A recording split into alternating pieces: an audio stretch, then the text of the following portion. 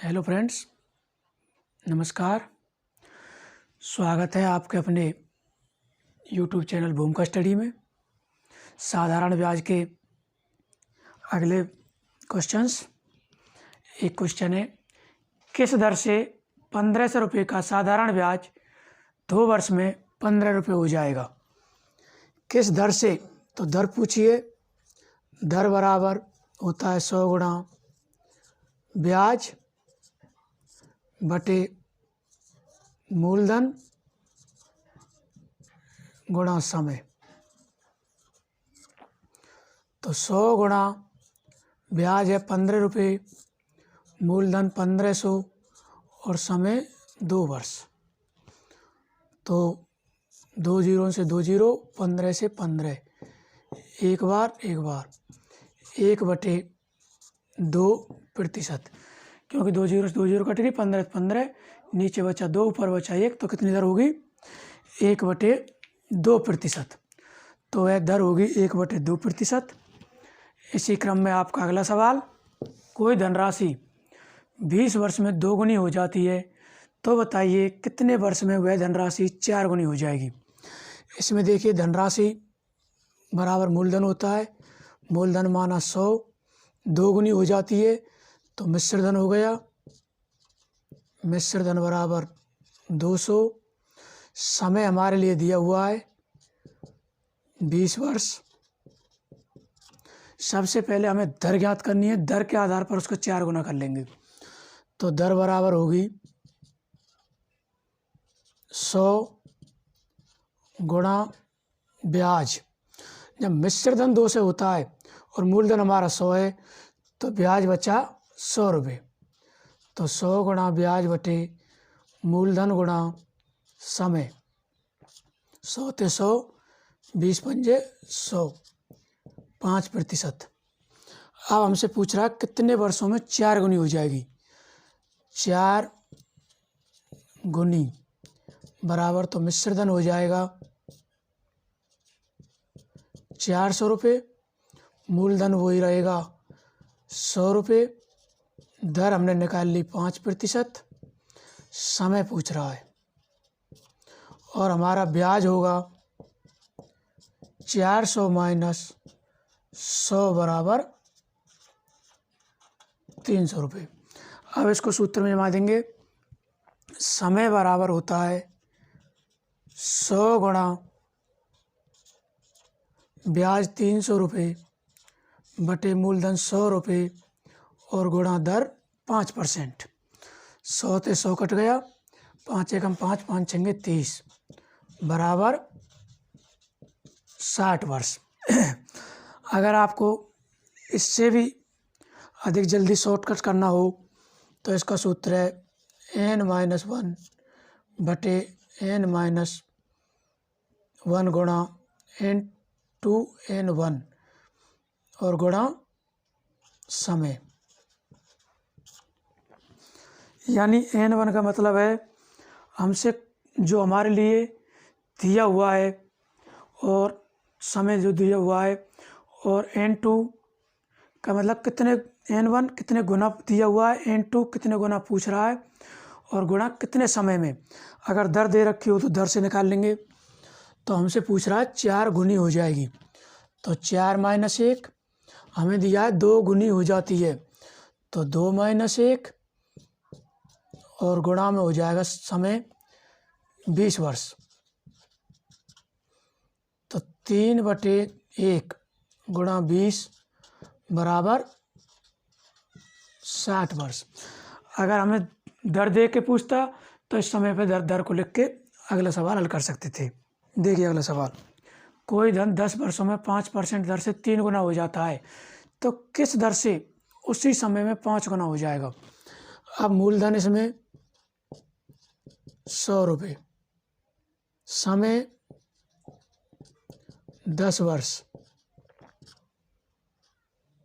दर 5%, मिश्र धन 3 गुना हो जाता है तो 300 रुपये। अब ये तो इसमें दिया हुआ है, दूसरा मूलधन वो ही रखना है 100 रुपये, कह रहा उसी समय में, तो समय बराबर 10 वर्ष, मिश्र धन 5 गुना हो जाएगा 500, तो ब्याज 500 माइनस 100 बराबर 400 रुपये दर पूछा है। अब दर बराबर होता है 100 गुणा ब्याज बटे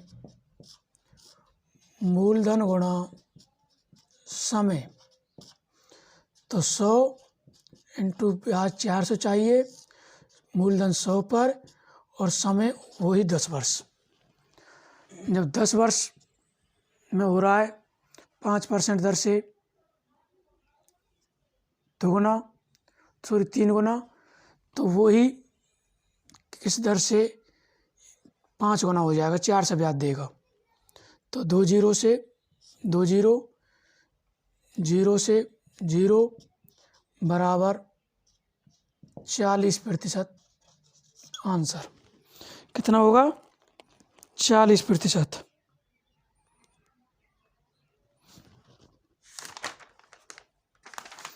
दर बराबर होगी, क्योंकि मूलधन 100 था, यहाँ समय दिया हुआ था, दर दिया हुआ था, मिश्र धन यहाँ तो केवल उसके लिए दिया हुआ है कि आपको ये है तो कौन सी दर से होगा। इसमें 100 ब्याज, 100 मूलधन, मिश्र धन 300 था, तो ब्याज 200 रुपये और दर 5%, समय 10 वर्ष। लेकिन यहाँ दर पूछ रहा है, क्योंकि मूलधन 100, समय वही 10 वर्ष, मिश्र धन 500, तो ब्याज कितना होगा? 400। दर बराबर 100 गुणा ब्याज बटे मूलधन गुणा समय। 100 तो 100 कट गया, 40%। देखिए अगला सवाल। किसी धन को 10% की दर से 2 वर्षों के लिए कर्ज पर लगाया गया। यदि उसी धन को 6% की दर से 4 वर्षों के लिए कर्ज पर लगाया गया होता तो 1200 रुपये अधिक ब्याज मिलता, तो वह धन यानी मूलधन क्या होगा? देखिए इसमें मूलधन का सूत्र पहले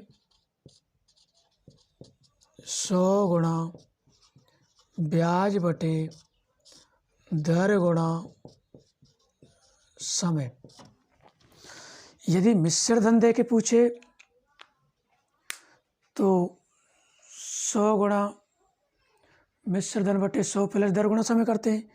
यदि दोनों का दर और समय देकर दोनों का सम्मिलित ब्याज पूछता तो दोनों को जोड़ देते, लेकिन वो कह रहा अंतर, क्योंकि 10% की दर से 2 वर्षों में जितना मिलता है उससे 6% की दर से 4 वर्षों में मिलता है, तो 6% की दर से 4 वर्षों वाला 1200 रुपये का अधिक मिलता है, तो यानी कि इन दोनों का अंतर है 1200 रुपये।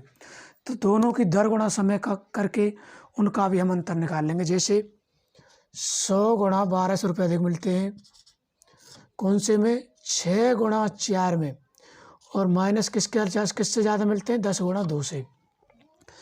तो 100 गुणा 1200 बटे 24 माइनस 20, तो 100 गुणा 1200 बटे 4, 24 में 20 गए तो 4, 4 तिया 12, 300 इंटू 100 बराबर 30,000 रुपये।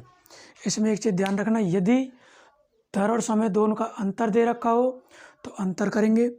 यदि वो दे रखा हो कि 10% की दर से 2 वर्षों में जितना मिलता है और 6% की दर से 4 वर्षों का कुल ब्याज जितना मिलता है, तो यहाँ पर प्लस कर देंगे, और जब अंतर है तो इस प्रकार माइनस कर देंगे। देखिए अगला सवाल। किसी धन को 8% के बजाय 12% पर लगाने पर 2 वर्ष में 400 रुपये अधिक ब्याज मिलता है, तो वह धन क्या होगा? यानी कि मूलधन पूछ रहा है। मूलधन बराबर वही 100 गुणा ब्याज बटे दर गुणा समय। तो देखिए 100 गुणा 400 रुपये अधिक मिलते हैं, तो ब्याज सीधा सीधा 400 रुपये हो गया। दर गुणा समय, तो समय तो इसमें सीधा सीधा 2 वर्ष दिया हुआ है, लेकिन दर 8% के बजाय 12% पर देने पर, तो 12% और 8% में कितने का अंतर है? 4, और ब्याज में अंतर है 400 रुपये। ये अंतर ही हमें देखना है कि दर में कितना अंतर है और ब्याज में कितना अंतर है। ब्याज में 400 रुपये अंतर है, तो दर में कितना अंतर आता है? 12 में तो 8 गए तो 4। 100 गुणा ब्याज बटे दर गुणा समय, तो 4 से 4 एक बार, 2 ते 50 बार, यानी कि 5,000 रुपये आता है। कितना आता है? 5,000 रुपये। देखिए किसी धन को 8% या 12% पर लगाने पर तो दरों का अंतर किया, जब तो हमें 400 रुपये अधिक मिला। इसलिए हमें ब्याज का अंतर और दर का अंतर दोनों को कर लेना है। तो 100 गुणा ब्याज का अंतर बटे दर का अंतर गुणा समय, तो 100 गुणा 4 से बटे 4 गुणा 2 बराबर 5,000 रुपये आता है। तो वेतन कितना है? 5,000 रुपये। ठीक है, शेष अगले सवाल कल करेंगे, इसलिए आप अधिक से अधिक शेयर, सब्सक्राइब और लाइक अवश्य करें। धन्यवाद।